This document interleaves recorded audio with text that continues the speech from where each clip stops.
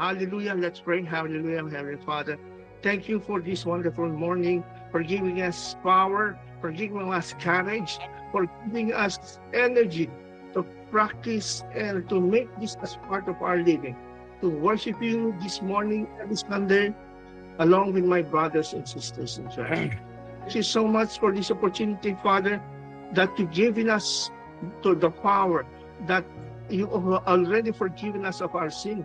And, and you already that's given us and broken us from the chains of darkness. And this is why we are here every Sunday, Heavenly Father, to glorify and to honor you and to give thanks to you for your wonderful gift of salvation that we receive. Lord, help us, along with my colleagues and my brothers and sisters who will be here with me, to, to participate in this worship. And those participants who will worship with you with every gift they have, they should be overpowered by the Holy Spirit. And with every people with part, especially our speaker, Pastor Sal, Yes. please guide him along with your wisdom. The Holy Spirit, help us to be inspired and be more loving to you and getting to know you as we grow in our faith. Thank you, Heavenly Father, for this wonderful moment. We ask this in Jesus' name. We pray. Amen. Magandang umaga po sa lahat ng ating mga kaibigan at ating mga kapatid. Sa umagang ito ay pasasalamatan natin ang ating Panginoong Diyos na binigyan pa tayo ng magandang Amen. buhay at magandang pangangatawan. Sa umagang Amen. ito ay sambahin natin siya sa mga awitin at mga banal na mga salita galing sa Biblia. Mga kaibigan, welcome kayo dito sa aming Sunday worship. At sana'y bawat isa sa atin ay matanggap ng mga blessings sa ating Panginoon Diyos. Ito ang sabi ko at welcome mga kapatid at kaibigan. Salamat, Brother Romy at purihin ang Panginoon. Tayo po lahat malusog ngayon, malakas tayo, wala tayong sakit. Amen. Purihin natin siya dahil Yes, praise the Lord. patuloy tayong tumatanggap ng magagandang biyaya at kaloob mula sa kanyang hindi madamot ang Panginoon, kaya nakakaya na tayo po ay maging madamot na ibigay natin ang oras natin at pagsamba para sa Kanya. Babasa po muna tayo ng talata sa Matthew 6, verse 14 and 15. For if you forgive others their offenses, your heavenly Father will forgive you as well. But if you don't forgive others, your Father will not forgive you offenses. Ating speaker for today, none other than our Pastor Zaldi Ibanez. Magandang umaga. Happy Lord's Day po sa lahat. At mapagpala pong magandang ikat ng araw po sa ngayon dito sa Pilipinas. Kay Pastor Lad, maganda rin siguro ang weather dyan sa Canada, no? Sa Vancouver. Mainit kayo. Yeah. Maganda. At binabati ko rin po yung ating mga nanonood online dito po sa programa po ng FAP Sunday Worship. Okay, welcome po kayo sa lahat ng nanonood po sa YouTube po at anumang platform sa umagang ito. Kayo po ay amin pong mahal na mahal at amin pong pinapanalangin na patuloy yung banal na Espiritu ay magturo sa inyo po at kayo din po ay pagpalain ng ating Diyos. Muli ay pasalamatan po natin ng ating Panginoong Diyos. At napaganda po ng awit natin pong narinig. Ano po? I am no longer slave to fear. I am a child of God. Hindi na ako alipin sa takot, ano po, sapagkat ako ay anak ng Diyos. Ngayon po ay atin din pong tatalakayin ang isa pong tema na may kinalaman po sa freedom. Okay, that is freedom and forgiveness. ito po ay isang proseso.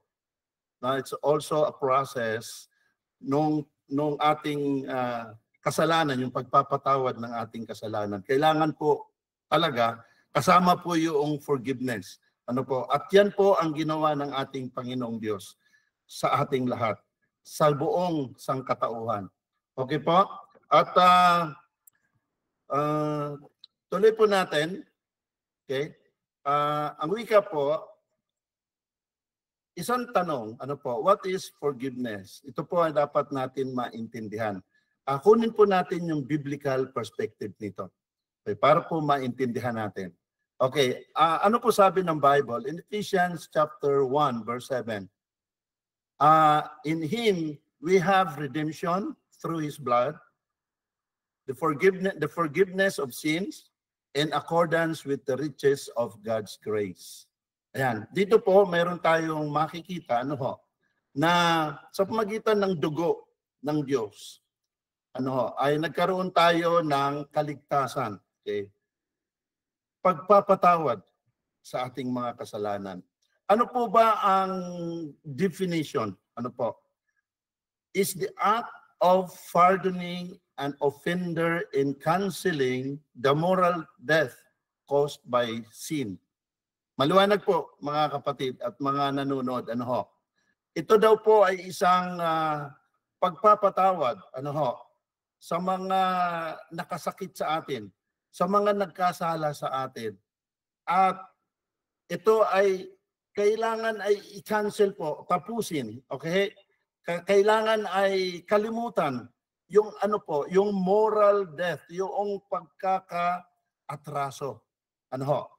May ginawa sa atin, anumang klaseng offense, anumang klaseng sakit o pangyuyurak sa atin o kung ano paman, ay dapat ay kapag ito ay ating tinatawad, dapat ay kailangan mawala na po ito. Ang model po nito ay yung God's forgiveness. Okay, tandaan po natin. Si Kristo po ay namatay upang tayo ay kanyang iligtas at pinatawad ang ating mga kasalanan. Ang model, God's forgiveness towards humanity through Jesus Christ. Nakita naman po natin kung anong sakit ang naranasan ng ating Panginoong Jesucristo. Kung naalala niyo po yung isang pelikulang The Passion of Christ, ang lupit, grabe yung ilustrasyon na pinakita doon kung paano siya sinaktan, yunrakan, pinagsabihan, minura, lahat ng sakit, maging emotional man, maging moral man, maging physical man, lahat ay naranasan ng ating Panginoong Jesucristo. So that is a pardoning an offender and canceling the moral death caused by sin. Talagang seryoso itong kasalanan, mga kapatid. Pero kailangan pa rin natin ang forgiveness. Right po? Now, dito po, kung hindi tayo nagpapatawad, mayroon pong burden. Mayroon pong bigat. Now, gusto ko pong ipakita sa inyo isang ilustrasyon. Right?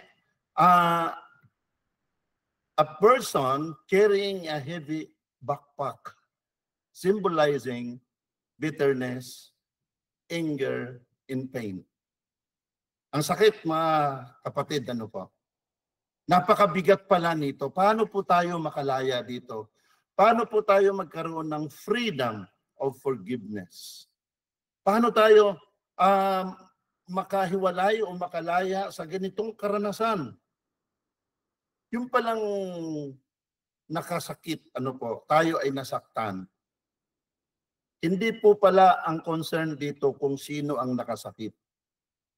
Pero ang concern po dito ay yung tayong nasaktan. How we forgive others. Paano tayo magpatawad sa iba. Okay po? Ngayon, isang question po nais kong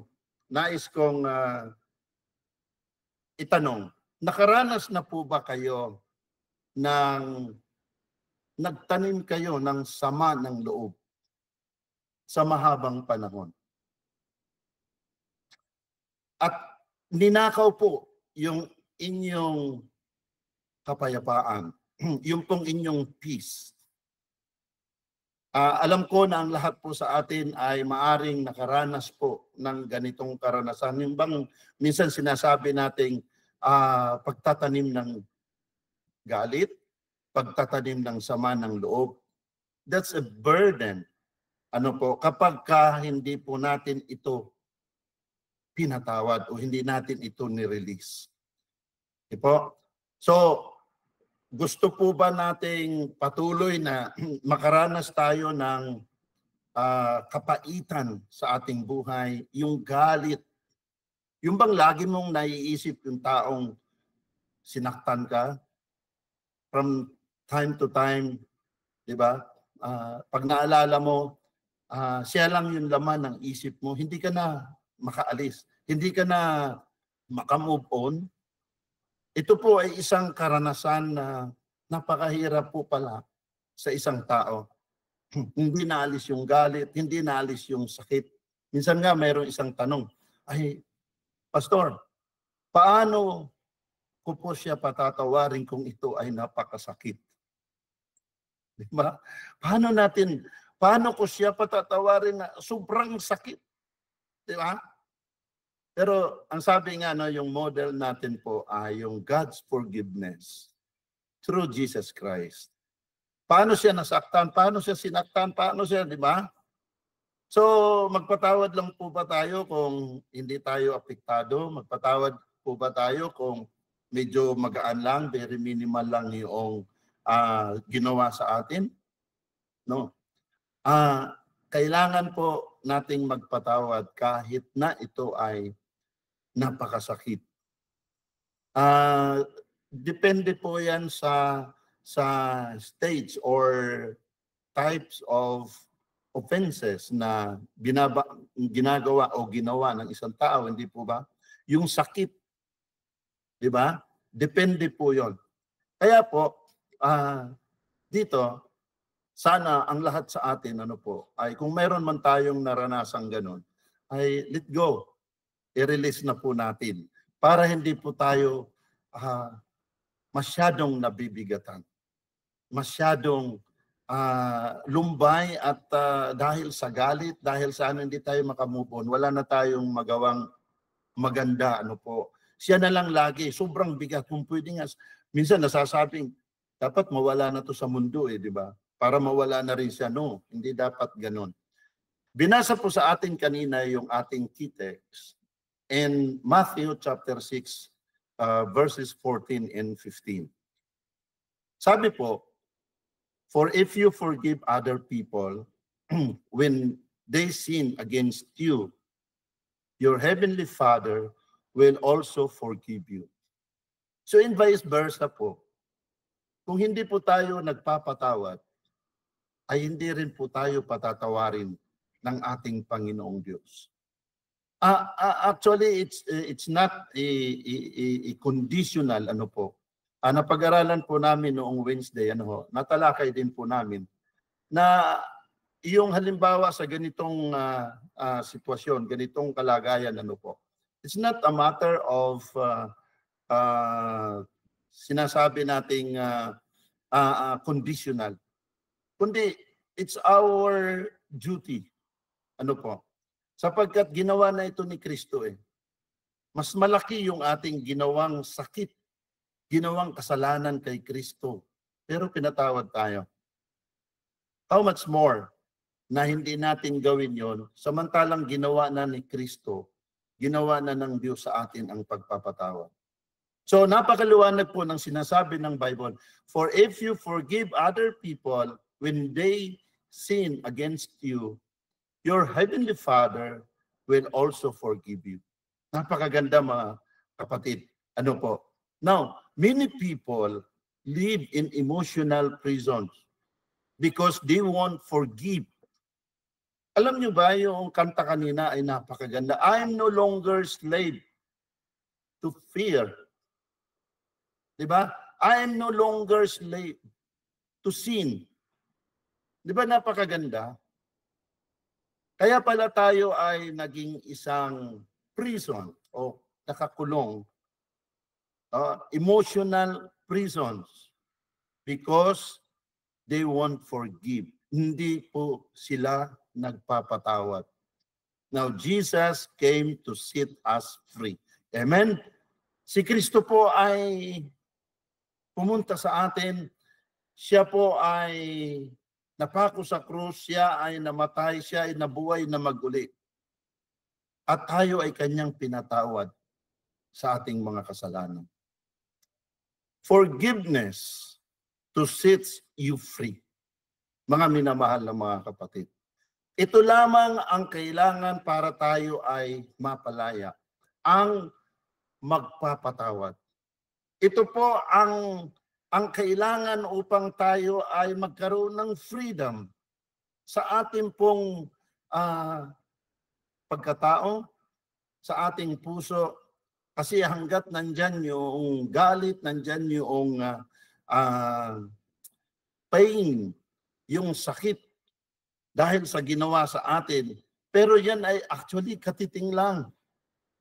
Ano po? Yan ay katiting lamang kung ikukumpara natin sa naranasan ng ating Panginoong Jesucristo. Forgiveness is not a suggestion. Tandaan po natin mga kapatid, forgiveness is not a suggestion, it's a requirement for those who follow Christ. Napakaliwanag po. Hindi po ito suggestion, hindi po ito optional. Ano po? Hindi po ito kung gusto mo o hindi. Ito po ay isang requirements for those who follow Jesus Christ. Now, kung tayo po ay totoong Kristiyano, kung tayo po ay totoong mananampalataya kay Kristo at tagasunod ni Kristo, kamanggagawa o manggagawa ni Kristo, kailangan po nating gawin ito because it is a requirement to us to forgive. Kung tayo po ay tagasunod ni Kristo, magpatawad ka. Kasi kung ito ay kinikimkim mo sa iyong sarili, hindi po tayo magkaroon ng freedom. No.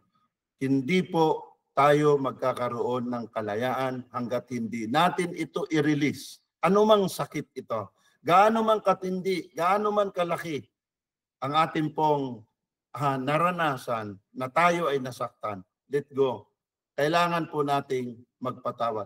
Kailangan i-cancel lahat ang mga pagkukulang o maling ginawa sa atin ng isang tao. Sapagkat si Kristo na mismo ay nauna ng magpatawad. Now, I remember one theologian, sabi po, he is the author of yung book na Forgiveness, Grace, and Healing. I don't know if Pastor Ron, kilala mo ito or familiar ka o anybody familiar sa kay Lewis Smith. Nakita ko po ito. Maganda po yung kanyang sinabi about forgiveness. Ito po yung sabi niya. To forgive is to set the prisoner free and discover that the prisoner is you. You understand mga kapatid? Mga nanonood po sa programang ito online. Ang sabi po ni Lewis Smith, to forgive is to set the prisoner free. Ang pagpapatawad daw po, o ang magpatawad, ay pinapalaya po natin yung nakakulong. At malaman po natin, madiscover po natin, na yung palang nakakulong ay ikaw. Maganda mga kapatid na ma-realize po natin kung gaano kahalaga ang isang gawain na magpatawad. Sapagkat pinalalaya po natin ang ating sarili. Tayo po yung prisoner. Kailangan po nating palayain ang ating sarili. Hindi po yung iba. It's not because we forgive others, pinalaya natin sila. No. We forgive others because we want to have freedom. Di po ba? tayo ay gusto natin magkaroon ng freedom. So napakaganda po na pagbubulay-bulayan po natin ang sinasabi po ni Louis Smith na tayo po pala kapag hindi nagpatawad, hindi po natin pinalalaya yung ating sarili. Alright? In Ephesians chapter 4 verse 32, ang sabi po, be kind and compassionate to one another, forgiving each other just as in Christ, and God forgive you. Napakaganda po. Ito po ay isang command. Hindi po ito suggestion.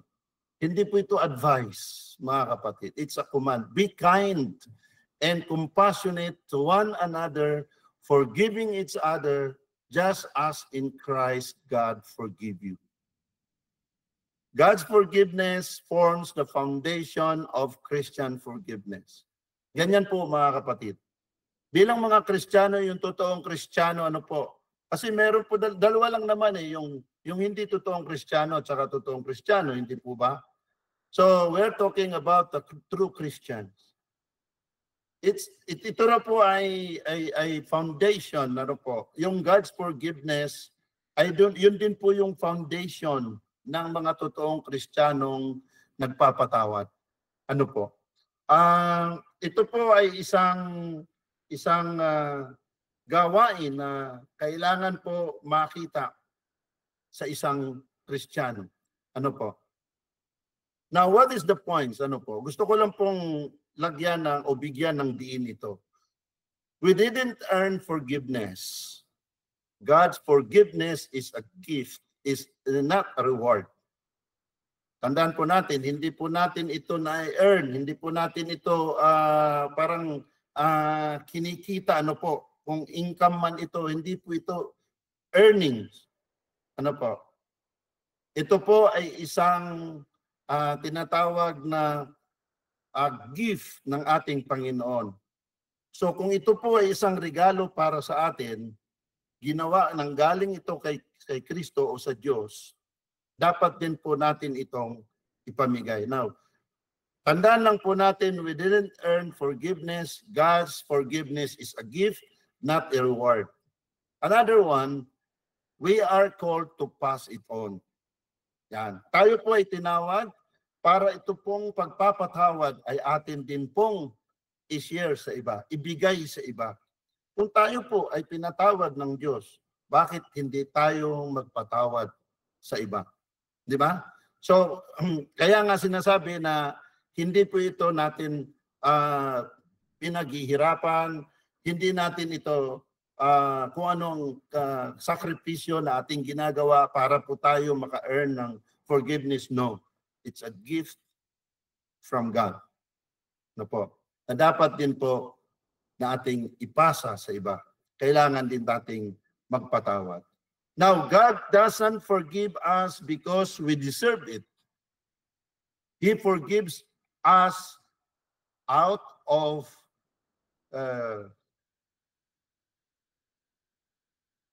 pride, okay po?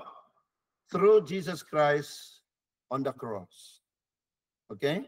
So, ibig sabihin, hindi tayo pinatawad ng Diyos dahil we deserve. No. Di ba? Hindi naman tayo talaga deserve na patawarin, but because of the grace of God, we are not deserved. Di ba? Pero pinatawad tayo ng Diyos. Forgiveness is rooted in love, not justice. Di ba? Minsan tayo mga Kristiyano bilang mga tao, sinasabi natin kailangan justice. Di ba? May kapayapaan, mayroong katarungan.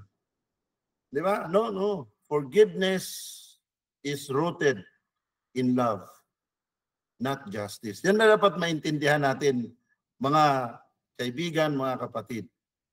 Na yung pagpapatawad, hindi kailangan nating isigaw sa kalsada. Justice. Hindi natin kailangan isigaw at ipaglaban ng katarungan. No. Kung mayroong pag-ibig, makakapagpatawad po tayo, mga kapatid, mga kaibigan. Now, reflect po natin sa ating mga sarili on how much God has forgiven you It humbles and empowers us to forgive others. Yun po ang napakaliwanag. Sa ating pong mga sarili, iwan ko po sa inyo yan, mga kapatid, mga minamahal na mga kaibigan, kung paano po nagpatawad ang Diyos sa atin. Kaya paano ka pinatawad sa iyong mga kasalanan? Walang nakakaalam kung anong ginawa mong kasalanan. Only God knows. Ano mang klaseng kasalanan ginawa mo, pinatawad ka ng Diyos. Pero dapat kailangan mo ring magpatawad sa mga tao. Okay, what forgiveness is and what it is not. Okay? Gusto ko pong i-identify ito, enumerate, ano po, yung mga bagay nito para po maintindihan po natin.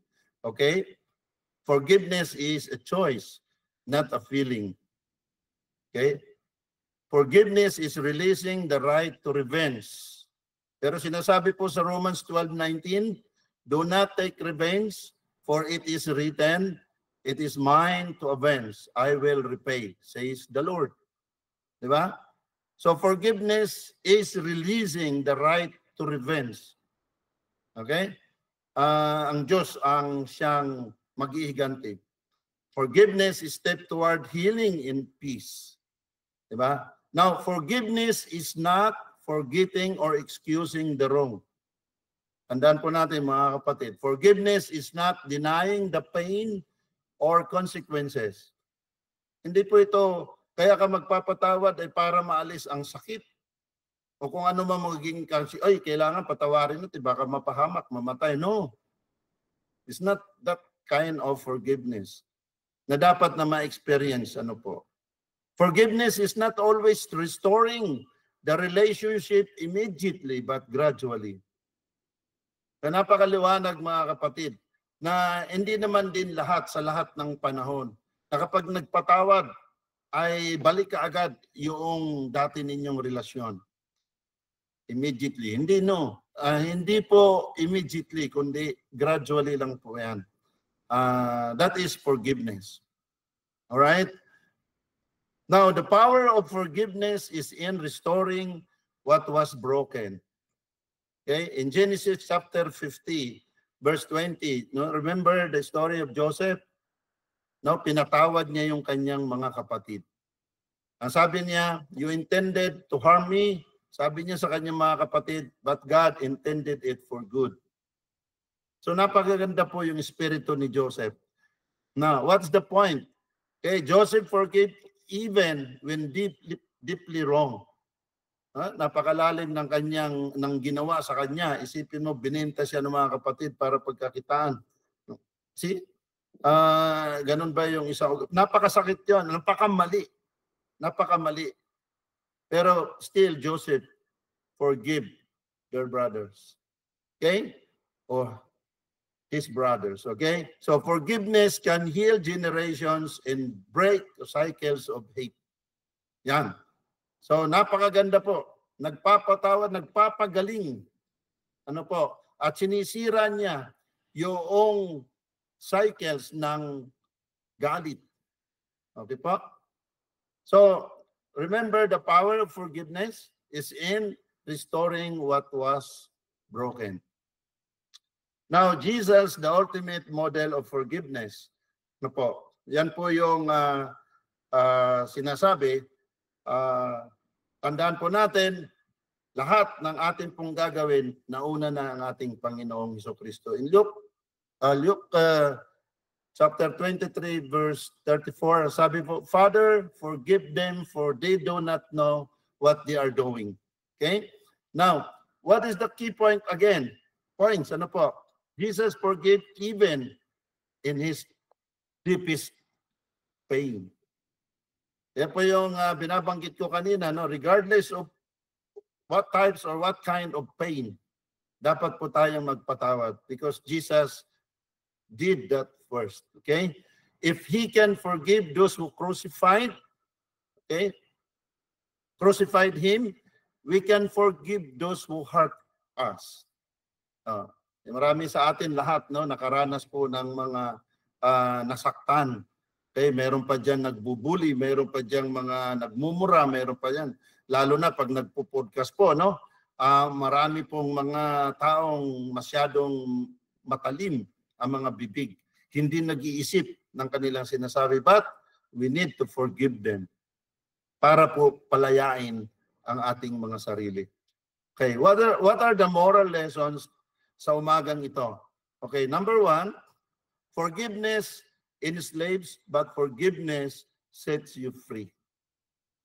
Okay? Number 2, forgiveness is not optional for the believer. It is a command.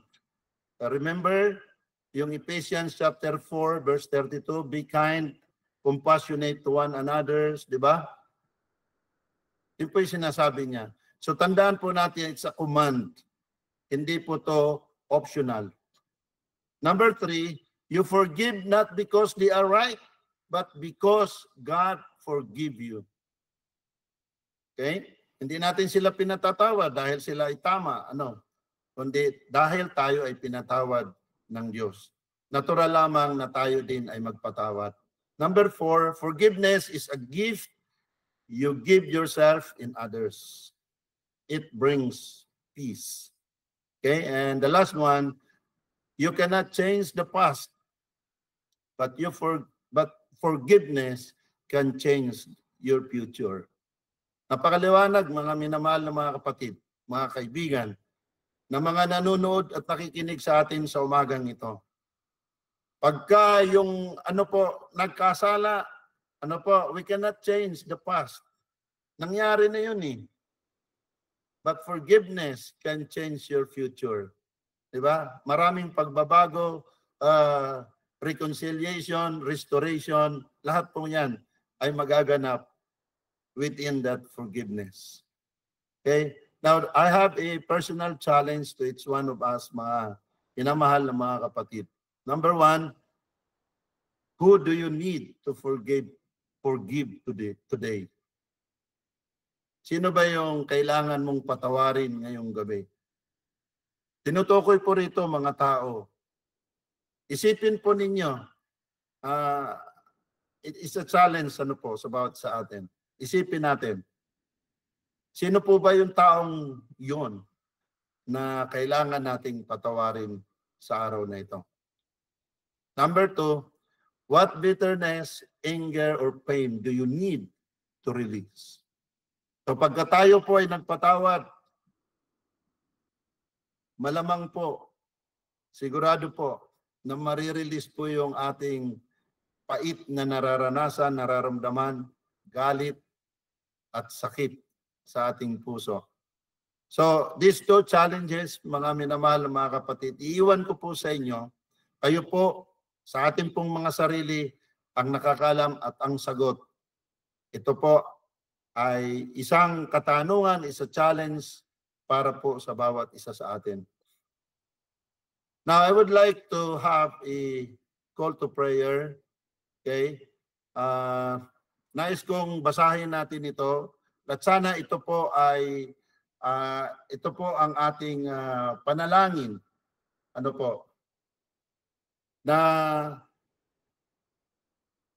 Let us pray, mga kapatid. Okay? Dakilang Diyos na makapangyarihan sa lahat. Maraming salamat po sa inyong pagpapatawad sa amin. At kami po ay dapat din pong magpatawad sa iba. Turuan po ninyo kaming magpatawad, Ama, sapagkat kayo po ang nauna sa aming magpatawad. Ituro niyo po sa amin, palitan po ninyo ang aming mga pusong matitigas. At buksan po ninyo, Diyos, ang aming mga isipan na maunawaan ang inyo pong pabalita sa magitan po ng pagpapatawad. Pagpalain po ang bawat isa sa amin, Panginoon, na ang mensaheng ito ay matanim sa aming mga puso. At sa oras na ito, sa aming pagdilat, Ama, ay amin pong maranasan ang pagbabago sa aming buhay. Ito po ay sa magitan ng inyong pag-ibig, kapangyarihan na amin po itong magawa. Maraming salamat o Diyos sa pagdinig ng aming dalangin ito. Sa pangalan po ni Jesus. Amen. And thank you Mga minamahal na mga kapatid, God bless us all. Amen. Amen. Thank you, Amen. Ang ganda Pastor ng Sally, message. sa magandang message at lalong kailangan natin paalala na tayo po ay magpatawad kasi hanggat mayroong pagkakasala, may pagpapatawad. Kung wala nang kasalanan, huwag na tayo magpatawad. Pero may kasalanan eh. Okay, so tayo po ay dadako sa ating pong offerings and paalala na offering. Ito ay napakahalaga para sa ating pagsamba, na bahagi ng ating pagsamba sa Diyos, ang ating pong pagsasagawa. Bilang pasalamat, pagbibigay ng pasalamat sa ating Panginoon na meron tayong mga ganitong gawain. Sa ating pong offering and donations, meron po akong verse, meron po akong Bible verse na i-share. Ito po ay mababasa natin sa 1 Corinthians chapter 9 verse 7 hanggang 13 at 14. Ito po ang sinasabi, who serves as a soldier at his own expense, who plants a vineyard and does not eat its fruit, or who shepherds a flock and does not drink a milk from the flock. Don't you know that those who perform the temple services eat the food from the temple? And those who serve at the altar share in the offerings of the altar? In the same way, God has commanded that those who preach the gospel should earn their living by the gospel. Yan po ang inspirational text natin for our offering, na kung totoo na sinasabi ng verse nito, hindi na tayo dapat na laging udyukan o kaya ay lagi tayong utusan na tayo magbigay sa gawain ng Panginoon. Kasi po, ito po dapat daw ay maging bahagi ng ating paglingkod. Sabi ni Paul, sino bang nagsaserve na isang sundalo na lahat ng sarili niyang barel, granada, at mga sandata, siya na rin ang bumibili? Walang ganun sundalo. No? At kasi kaya nga siya nagsundalo, wala siyang pera. Pero kung siya pang gagastos ng pambalo niya sa baril, pambili ng bala, tingin ko, yung sundalo ng talunan. Sino daw ang nagtatanim ng ubasan na hindi naman kinakain ng fruit nito? No? Si Brother Romy, sigurado ako sa kanyang farm, dami ng tanim. Sigurado akong kumakain siya nito. Walang pagbabawal dahil pinaghirapan ni Brother Romy yung kanyang mga tinanim. At sino naman daw sa mga pastol na mga tupa ang hindi umiinom ng gatas mula sa kanyang mga inaalagaan? No? It is a rhetorical question, mga kapatid. Pinapaalala sa atin na ang pagbibigay dapat maging normal na bahagi ng ating pananampalataya at pagsamba. Kung paanong hindi mo na inutusan na kailangan ang farmer kumain ng kanyang tinanim, hindi mo na kailangan utusan soldier, kailangan bumili siya ng sarili ng data at his own expense. It should be part of our worship. Kaya nga, ang ganda ng sinabi po sa 9:13 to 14, hindi niyo ba alam na yung mga naglilingkod sa templo noon sa Old Testament, saan sila kumukuha ng pagkain? Bumibili ba sila sa sarili nila? Bumibili sila sa tindahan? Hindi. Saan po nagmumulang kinakain ng mga sacerdote? Doon din sa mga handog sa templo. At yung mga nagsiserve sa altar, ay nagsishare din. Nakikibahagi din sa mga offering ng mga food, ng mga meats, ng mga tira-tira na hinandog sa burnt offerings. In the same way, sa ganung paraan, ang Panginoon ay nag-uutos. Magandang sermon ni Pastor Sally kanina, no? Ang pagpapatawad, hindi option. Ang forgiveness is not suggestion. No? It is a command. No? Kaya nga wala kong narinig, hindi natin tayo Adventist pa, hindi natin sinasabi. Ang 10 utos ay 10 suggestion din. Pwede mong sundin, pwede hindi. Pwede ba yun? Ang utos ba ng Diyos ay suggestion? Sa pagpapatawad? Hindi. It is a command. Ibig sabihin, pag sinabi command, utos yan. Ito nakakalimutan ng maraming Kristiyano. Akala nila ang pagbibigay ng offering sa gawain ng Panginoon, optional pag may pera o may sobra. Pero kung kaya naman, magbigay kahit magkano mula sa puso, inutusan ka ng Panginoon. na magbigay doon sa mga nangangaral ng ebanghelyo sapagkat sila yung nabubuhay din sa ebanghelyo. Nakaka-relate tayo dyan, no? Mga FAP workers. Tayo dito ay mga FAP workers, may mga pastor tayo. Sariling expense natin.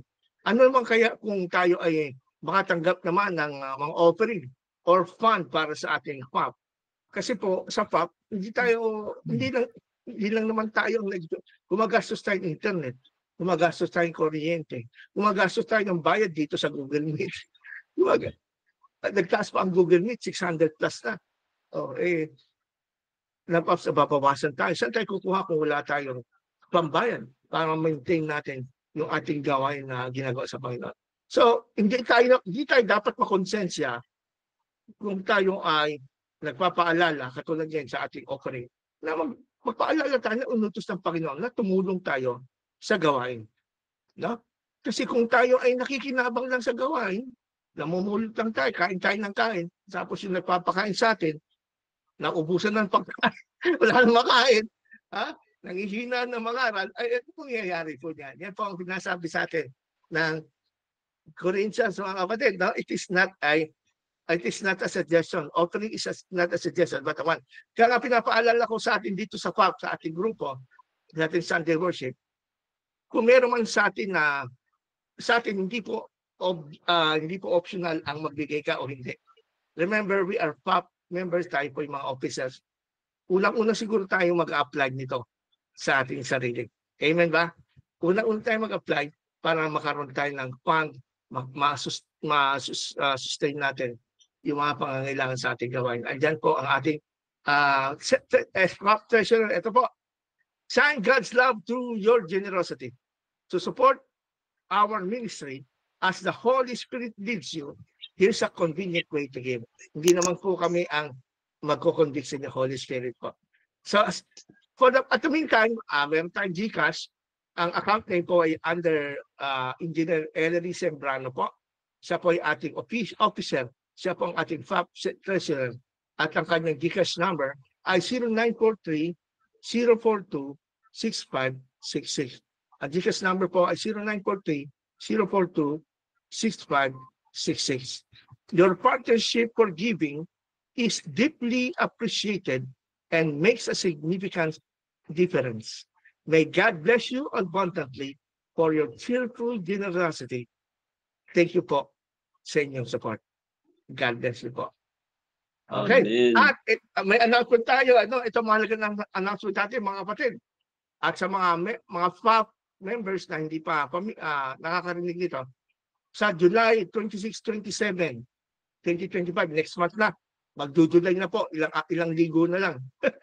Magkakaroon tayo ng fellowship conference na ang tema po ay From Shadows to Substance, Freedom in Christ. Okay?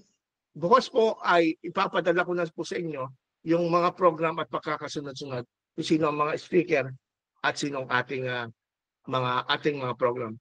Ito, ang tema na ito ay based sa Colossians 2:16 na tayo napalaya na ang Sabat ay anino. Nung tayo Adventist noon, anino lang pala yun. Ang anino, temporary, hindi permanent yan. So bakit tayo susuko? Ba't tayo maglilingkod sa isang temporary na bagay? Hindi sa Panginoong Kristo na siya po ay eternal. He is the same yesterday, today, and tomorrow.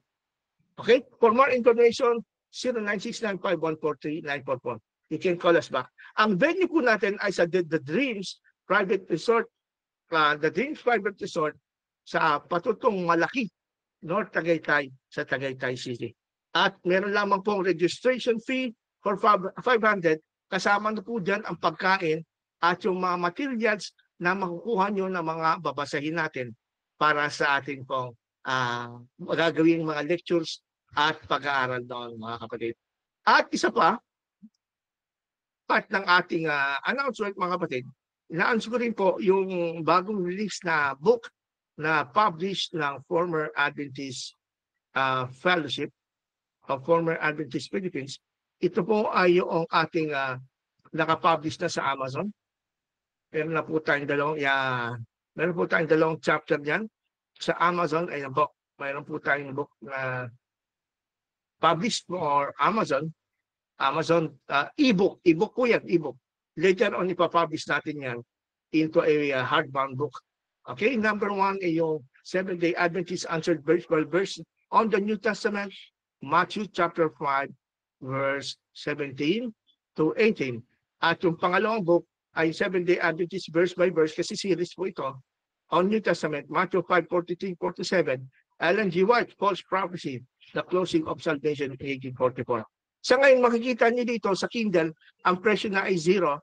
Kasi po, ang ating pong libro, dahil bago lang, ay nasa promotion mode ng Kindle at ito ay pinapabasa nilang free doon sa kanilang mga previews na mga loyal mga nag-subscriber ng Kindle o Amazon para i-promote po yung ating aklat para sa ganun marami tayong bibili at matutulungan sa pamagitan ng aklat na ito. Sa every week po nagpa-publish tayo, so bukas meron naman tayo ipapublish na next na Bible verse at sunod tuloy-tuloy po ito. Ang presyo po niya ay nasa $2.99 para bilhin. Napakamura lang yan. $2.99 bawat isa. Ito po yung series. And later on, loobin ng Panginoon, ito po ay maging publish natin kahit dito sa Pilipinas in a hardbound book. Ayan. Tayo po dito sa ating former Adventist Philippines ay napakarami ng gawain sa Panginoon. Start our open forum. Pag-usapan na po natin, baka yung ating mga kasama meron kayo gustong idagdag o meron gustong itanong. Simulan na po natin ang ating pong open forum. Brother Romy, meron ka akong any reflection or addition para sa narinig natin kay Pastor Sandy? Oo, pasalamatan natin si Pastor Sandy Ibanez sa Amen. kanyang magandang mensahe. Tayo ay naka-receive na naman ng blessings, no? Ang ganda ng message niya.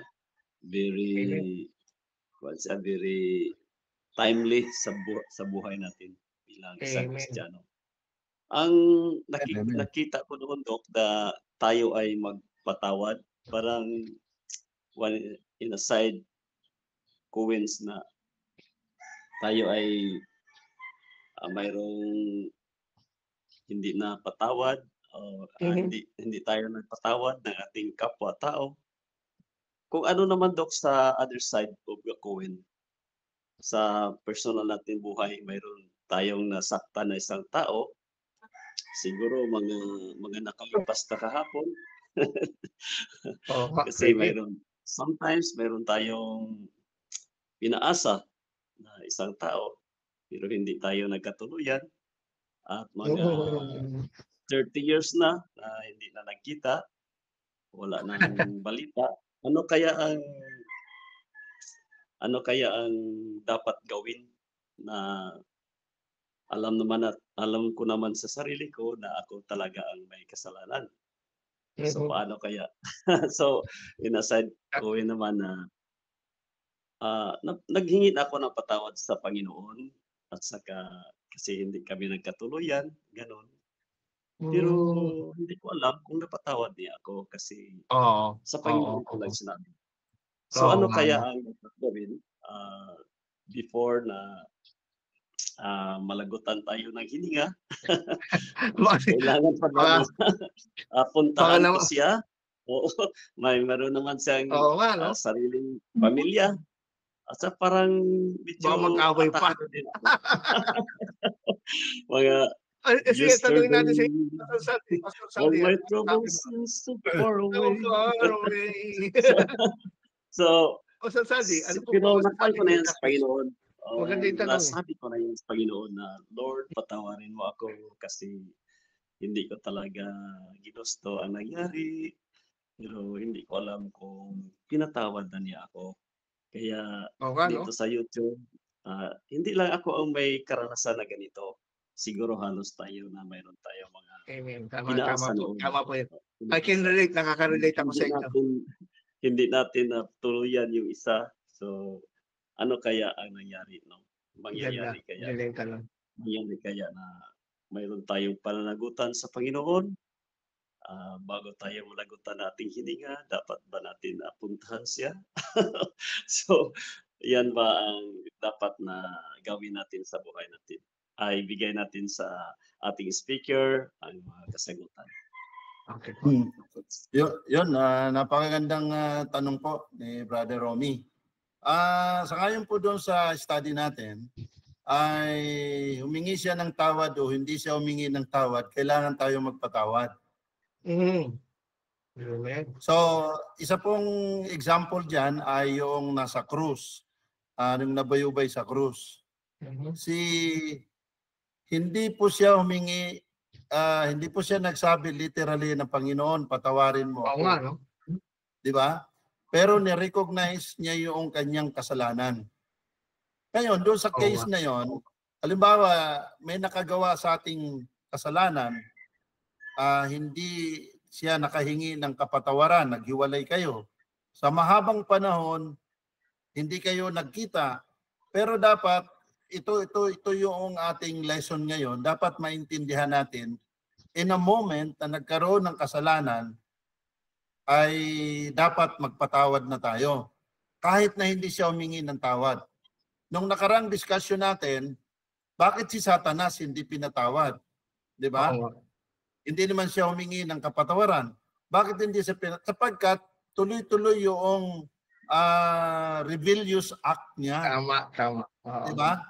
Pero doon sa case natin ng mga tao, halimbawa may humingi ng mayroong nagkasala sa atin at hindi na kayo nagkita, wala ka ng responsibility doon sa kanya, sa Diyos, basta ikaw ay nagpatawad sa kanya, nirelease mo.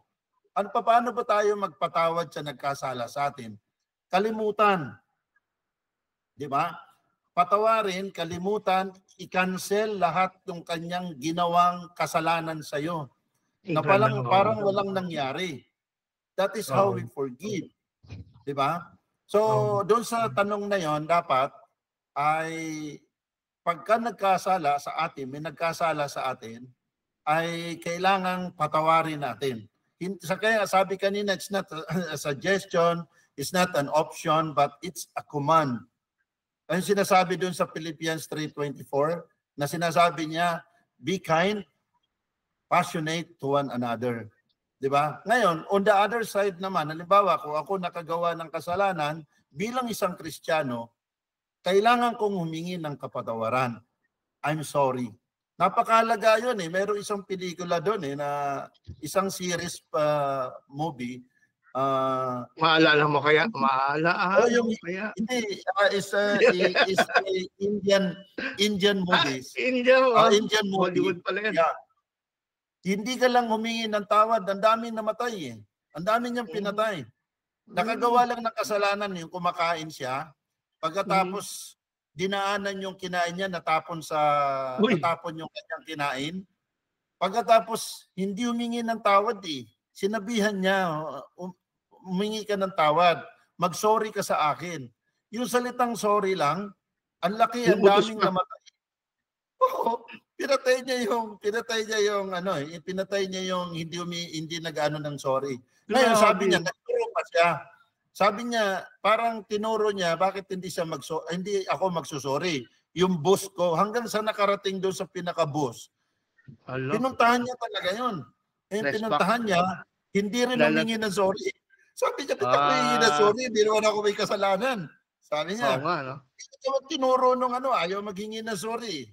Hanggang sa napatay niya rin yun kasi hindi talaga humingi ng sorry. Yung I'm sorry lang, napakahalaga talaga yun. Hindi, ang point ko lang dito, yung amazing word na I'm sorry. Napakahalaga nun eh. Pero dapat pag nag-I'm sorry, may laman yun. Ibig sabihin may katotohanan, hindi yung pakita o plastic lang. Di ba? So sa totoong Kristiyano, totoong I'm sorry din yung sasabihin. Di ba? Kaya nga di ba sabi ko doon sa... Baka naman kaya nahirapan siya mag-sorry kasi sinasadya niya ginawa niya. Kung ganun man yun, halimbawa, mayroong intentional eh. Kasi ang kasalanan kasi, mayroong intentional saka unintentional. Totoo. But it's a matter of yung forgiving to others kasi ang pinag-uusapan, magpatawad ka kahit na intentional or unintentional yun. At least, maliwanag yung dibdib mo. Kasi ba sabi ni Smith, sabi niya, yung how to forgive is to release the prisoner, di ba? And to discover that that prisoner is you. Di ba? Kaya yun ang kailangan natin, Brother Romy. Wala kang responsibilidad sa Diyos o you are not accountable to God. Basta nagpatawad ka, nirelease mo. Huwag ka magkimkim. Huwag ka na magtanim ng galit, ng kasalanan niya, ng ano. Kaya nga sabi, ika-cancel mo lahat yun eh. Pag kinancel yun, halimbawa, nag-book ka ng flight mo. Pag kinancel mo yun, ibig sabihin, hindi mo na gagawin yung flight na yun. Inalis mo na, di ba? So that's all. Thank you very much. I hope na na-answer yung tanong ni Brother Romy. Thank you, Pastor Saldi. Yun pala ang mensahe ng isang awit na, I'm sorry, my love. Oy! If I've broken your heart last night. Napakalaga niya kahit sa mag-asawa. Kahit sa mag-asawa, napakalaga din niya sa pamilya. Ganun din. Nice. Napakalaga niya. I'm sorry. Sagot mo talaga, Pastor, na kailangan talaga pagpatawad, isang pagpapalaya ng ating sarili. Amen. Sometimes, ilang taon na lumipas, nagiging prisoner pala tayo sa sarili nating pagkagagalit sa ating sarili, sa ating kapwa. Thank you, Pastor Saldi. God bless. Welcome. Si Pastor Lad, baka meron kang gusto idagdag o itanong kay Pastor Saldi? Yung sa akin lang naman, katulad yung sinabi ni Brother Romy, no? Kasi ang kasalanan, para siyang dumi sa loob ng sapatos. Alam mo yung dumi sa loob ng sapatos? Pag suot mo, no? Hindi mo siya munang mararamdaman. Habang naglalakad ka, mga ilang minuto, mga ilang oras, mararamdaman, ano ba itong dumi sa sapatos? Hindi ka makali. Yun yung klase ng kasalanan. So, paano mo siya i-release? Of course, kailangan mo siyang huminto. Kuparin mo yung sapatos mo. So, ganyan yung sabi kay Brother Romy, paano ko siya? So, ibig sabihin, pag hindi mo siya nirelease, magiging burden sa'yo yan. Oo nga. So, kasi minsan, ang kasalanan, kahit hindi ka makahingi ng sorry sa kanya, sabi nga ni Pastor Saldi, ikaw mismo, mag-sorry ka sa Diyos. At least, alam ng Diyos ang puso mo. Kasi minsan, ang kasalanan, kahit maganda ang ginagawa mo, but intentionally, iba ang motibo mo, kasalanan yan. Tama. Kasi minsan ang kabutihan, pag hindi maganda ang intention, masama, kasalanan yan. Di ba? So, para ma-release yan, tanggalin mo yung dumi sa loob ng sapatos at para ma-release ka. So, ano ibig sabihin yan? Ibig sabihin, pag humingi ka ng tawad sa Diyos, kahit hindi in person, kung hiningin mo siya ng tawad, at least malalaman ng Diyos na ang puso mo. Amen. Kasi ang tinutukoy lang naman dito sa verse na ito, yung mga tao na mga disciple niya, kailangan maging katulad ko kayo. Kung paano ko nagpatawad, dapat ganun din kayo magpatawad sa kapwa. Dapat unconditional, no? Unconditional. Yes. Yan yung message dito. Kaya sinabi, di ba, pag nanalangin kayo, para wag kayong maging ipokrito. Kasi hypocrisy yung tinutukoy dito eh. Di ba? Kasi nga, maganda ang intention mo, maganda ang ginawa mo, pero intentionally, meron kang ibang balak. Masama yan. That is hypocrisy. Depende sa motibo. Yes. Yan ang tinutukoy dito sa verse na ito. So, ibig sabihin, Jesus, sabi niya, ako ay nagpatawad, dapat na maging katulad ko rin kayo dahil makakasama ko kayo ng ilang taon. Dahil ilang taon ko kayo makakasama. So, ibig sabihin, pag nirelease mo yan, kahit hindi personally, sabi niya, meron akong narinig na sabi niya, ang panahon, siya ang maghihil sa bawat isa. Amen, amen. Tama. Sabi Diyos din ang magagawa na niyan, na mahihil ka sa darating na panahon. Minsan kahit galit na galit kasi, hindi mo maiwasan, tao ka lang eh. No? Tao ka lang. Tama. Sabi nga ni Doc Ronald sa kanyang sermon dati, narinig ko, sabi niya, huwag tayong tumingin kay pastor. Tumingin tayo kay Jesus Christ na siya yung author and the finisher of our faith. Paano yung si pastor, dapat siya ang modelo natin. Hindi ba ito ginagawa? Hindi mo iwasan tumingin. Dahil tao ka lang. Narinig yung sermon ng Doc. Narinig yung sermon niya sa'yo eh. Nung Seventh-day Adventist ka pa eh. Yung tanong Maganda yung tanong, Pastor Lad, ni ano rin, ni Brother Romy, sabi niya, yung kayang hiningan niya ng tawad, yung tinatawad kaya niya, siya naman na may napatawad na. Kasi hindi na nakakausap. Oh, of course, alam mo yan ng Diyos. So kailangan pa ba natin malaman na napatawad tayo na ng tao na nagkasalanan natin? O hindi na? Hindi na siguro kasi kailangan Hindi na. God can heal. Yes, of course, sabi niya, that is under the sovereignty of God. Sovereignty yan ng God. Paano kung di na kayo nagkita, namatay ang isa sa inyo, paano? Oo nga. Pero ang importante, nakihingi ka ng tawad sa Diyos. That is Kaya under the intention sovereignty. mo. Yes. That is the sovereignty of the God. Sovereignty yan ng God. Siya ang bahala doon. Kasi alam naman niya na humingi ka ng tawad sa Kanya sa ginawa mo kasalanan sa tao. Yes. At least hindi ka nagkaroon ng hypocrisy. Maganda. Inamin mo, di ba?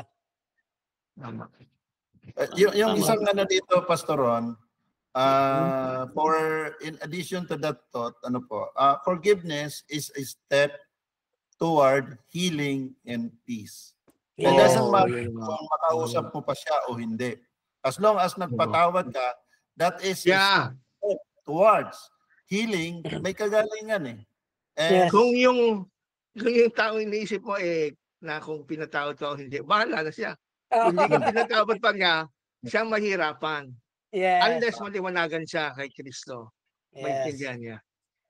Di ba meron pa nga may mga eksena pa nga nagkita sila sa mahabang panahon, tapos nagsumikap yung nagkamali na humingi ng tawad. Sabi niya, nung magkita sila, sabi niya, patawarin mo sana ako sa lahat ng aking mga ginawa ko sa iyo noon. Ang sabi nung isa, nako, matagal na kitang pinatawad. So, hindi ba sila nagkita before that? Ang ganda pakinggan. That's actually, that's reality yun eh. Di ba? Yung sinasabi, time can heal. Ang panahon. Hindi man may gusto niyan eh. Kasi pag nagkita, sabi nga, di ba yung sulat ni Apostol Pablo sa mga taga-Korinto, ang sabi niya, kung pupunta ako sa inyo, nagalit ako, baka iba masabi ko sa inyo. Kaya minabuti ko na lang muna. Di ba sabi ni Apostol Pablo sa mga taga-Korintian, mas minabuti ko. Dahil siniraan siya ng mga di ba, Judaizer, naniwala ang mga taga-Korinto. Kaya kung mas minabuti ko na lang na mag-stay muna ako dito. Subalit, nung dumating nga si Titus at saka si Timothy, ang sabi niya, kaya nagawa niyang sumulat para hindi siya makapagsalita ng hindi maganda kung pupunta siya ng personal. Kaya sa sulat niya na lang hindi diyaan. So, kailangan din timing. Yes. Kaya time can heal. Pastor, yung pasasali yung tanong ko naman, alam natin na kahit pinatawad tayo ng Diyos, kasi tayo nagkasala, guilty tayo, pero humingi tayo ng tawad. Naniniwala ba kayo na magsasuffer pa rin tayo sa consequences ng mga actions na ginawa natin noon? Yes, of course. Magandang tanong. Kasi actually, ang sabi nga, ang kabayaran doon ng kasalanan ay kamatayan. Yes. So, pagka meron tayong mistakes, nakasakit tayo ng kapwa, of course, although forgiveness is there, pero magte-take over sometimes yung consequences. Yes. Depende doon sa ginawa mo. Kasi baka mamaya, halimbawa, napatay niya yung tao. Siyempre, may pamilya. So, humingi siya ng tawad sa pamilya, napatawad naman siya. But does it mean sa batas ng tao, makalusot na ba siya? Malulusutin na ba siya ng Diyos? O kailangan pa niya talagang, halimbawa, kailangan yung parusahan, makulong ng habang buhay. Hindi pa rin may iwasan, di ba? Yes. Merong ganon, actually sa batas, ang sabi nga nila, pag wala raw nagreklamo, walang kaso. Okay. Ngayon, ngayon kung halimbawa yung case ng pagpatay, kasi sabi ko nga, depende yun sa case o level ng ginawa mo. Kung halimbawa sa pagpatay, although pinatawad ka ng yung pamilya na nagkasala ka, pero mayroon ka ring pananagutan sa batas. Yes. Yun. Diba? So, kung mayroon kang pananagutan sa batas kasi pumatay ka, so ito ay iyong haharapin. Regardless of, pinatawad na ako nung pamilya na pinatay ko, Yes. diba? But still, may batas na dapat nating harapin. May consequence pa rin. Yes. Oo. Ako Totoo din, yan, no? meron lang ako si Sir. Pero, sige, share mo. Ano yan? Kasi ganito, no? Nakita natin yung mga shows ng mga animals, no? Yung mga Oo. shows ng animal, yung mga tiger, mga lion, minsan yung mga unggoy o kaya minsan yung alam niyo yung yung parrot na tumutulay doon sa nakabisikleta, no? Mm. Every animal shows, pansinin niyo. Lahat ng ginagawa nila, hindi nila bakit pagkatapos sa i-perform, tingnan yung trainer, binibigyan sila ng pagkain. Oo nga. No? Oo Kasi, nga. Oo. hindi yung gagawin ng isang animals kapag hindi siya binigyan ng reward. Mm. Kaya ginagawa ng Ah. trainer yung para gawin. So therefore, ganyan lang Diyos. Pag gumawa tayo ng mabuti, meron tayong rewards. Pero pag may ginawa kang kasalanan, may consequence din yan. Pero patatawarin ka. Oo, yan. Parang si King David, di ba? Si David. Yes. Nakasala siya kay Bathsheba, Siya. napatay niya yung asawa. Pero kahit na pinatawad siya ng Diyos, di ba, may siyang tawad. Yes. Andun pa rin yung consequence niya, yung mga anak Na namatay niya. kanyang unang anak, di ba? Yung mga anak niya, pati yung asawa niya, mga ano niya. Ayun. So, Ginahasa. ganun siya, Meron Ganun din pala, nangyari no? sa amin yan, kapitbahay namin. Sa women's desk, yung kanyang asawa, binugbog niya. So ngayon, sa women's desk, nagpunta sila. Sabi ng asawa niya, sige, pinatatawad ko na ang asawa ko, wag mo nilang kasuhan. Hindi po pwede. Sa iyo, pinatawad mo na. Pero kami, na nasa women's desk, may kaso siya sa amin. Kailangan namin siyang kasuhan. Yeah.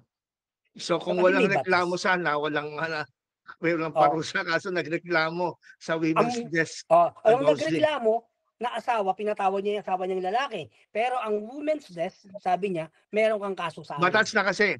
Batas na kasi ang kanyang kinalaban eh. Hindi Kaya yung lahat asawa. ng ginagawa natin, lahat yan, merong consequence. At lahat ng ginagawa natin mabuti, meron yung reward sa Diyos. Kaya nga, nagkakamali ang sino man na magsasabi, uy, humingi na ako ng tawad. O siguro gaganda na buhay ko. Hindi eh. Kasi nangyari sa akin, nakita mo na stroke ako. Pero, di ba, malis na ako sa kamalian. Nagsisi na ako, nag-forgive. Pero ba't pa rin ako na-stroke? Ba't pa rin ako, naiwang mag-isa, parang hirap ng burden ng buhay. Minsan, So, ibig sabihin, bakit kaya ganito? Hindi kaya, Lord, consequence to ng aking mga kalokohan noon. Kaya yes. pag yun ang iniisip ko, well, Lord, thank you na lang. Sige. Pero ang tanong ko, hanggang kailan? Hanggang kailan kaya matatapos yung consequence? Tingin ko, bayad na ako. Yun lang ang naitanong ko. Magandang question yan. Kaya nga, tama yung kasi, sinabi. no? Sige, May dadagdag lang ako, Pastor Ron.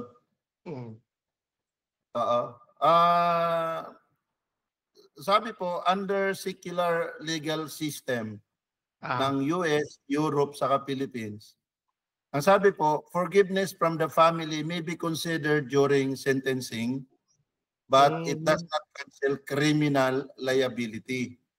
Tapos the state prosecutes crimes like murder because they are considered offenses against society. Not just against the victim. Sa family mo.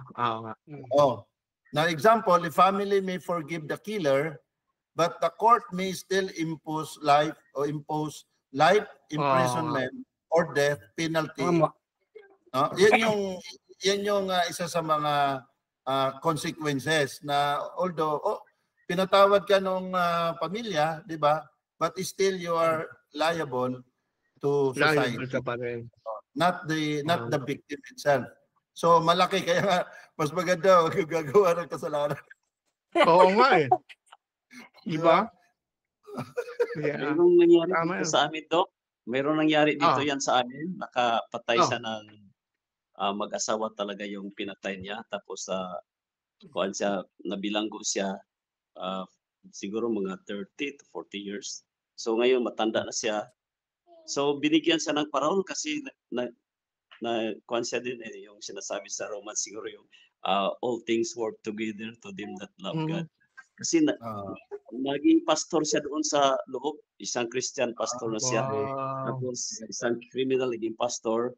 Tapos pinalaya siya ng gobyerno kasi naparol siya. Hindi na siya lumabas sa prisuhan na dito na lang ako magpakamatay. Ano magpakawa doon sa labas, wala naman ako mga relatives doon na mag-welcome pa sa kanya. So, doon na siya nanatili sa Kasi bilangguan. nakakain siya doon. Naging isang pastor na siya doon. Wow. So, Galing, ano? siguro yan din ang kwan. Good, Nakapatay good. siya. Yes, pero amen. natapos siya. Ngayon, May purpose, eh, no? sa loob ng bilangguan. May purpose, eh. Kilala ko talaga Amen. na tao yan. Siya mismo kilala mo. Oo, hindi na Grabe. siya lumabas. Doon na lang siya. Yan. Parang nagiging kwan na Main niya. pastor siya. Tagalan na niya ang bilangguan. At saka labas-pasok na siya doon. Wala na siya nagkuhan. Kasi wala nang mga tao pang na gusto magtanggap pa siguro sa kanya. Matanda na siya. Saka dalo na ang kanyang tahanan talaga sa bilangguan. Isang kaibigan ko na siya pastor Amen. ng mga pinagdesa. Amen. Tsaka isa na napulot ka ngayon sa message ni Pastor Saldi, yung bakit kaya may mga tao na mahirap magpatawad, no? Bakit kaya may mga tao na hirap magpatawad? Ang naisip ko noon, baka kaya sila hirap magpatawad kasi hindi pa sila naka-experience ng kapatawaran ng Panginoon.